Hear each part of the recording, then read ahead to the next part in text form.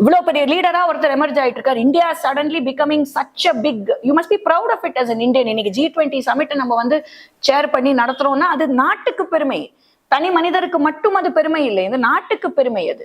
And ஒன்னொன்னு பாருங்க, 5th largest economy ஆயிட்டோம். யாருமே எதிர்பார்க்கல. இங்கதான் மேக்சிமம் எல்லாரும் செத்து போயிடுவாங்க, அப்படியே இன்னும் சீரழிஞ்சு போய் திருப்பி பாம்பாட்டிகள், அதாவது இவங்க தப்பா ஒரு இந்தியாவை ஒரு சித்தரிப்பாங்க தெரியுமா, வெறும் பாம்பாட்டி எரும மாடு இதெல்லாம் தான் இந்தியான்னு. அந்த இந்தியாவுக்கு திருப்பி போயிடும், அப்படி ஆயிடும் அப்படின்லாம் நினைச்சாங்க. அதெல்லாம் இல்லை, இங்க டிஜிட்டல் இந்தியா ஆயிட்டு வருது. தெருவில் போற ஒரு பழக்கடைக்காரர்கிட்ட கூட ஸ்கேனிங் கோடு இருக்கு இன்னைக்கு, கரெக்டுங்களா, ஜிபே பண்ணுங்க அப்படிங்கிறாங்க. கோயில் அர்ச்சகர் ஜிபே பண்ணுங்கிறாரு. அந்த அளவுக்கு நம்ம முன்னேறிட்டு வரோம்.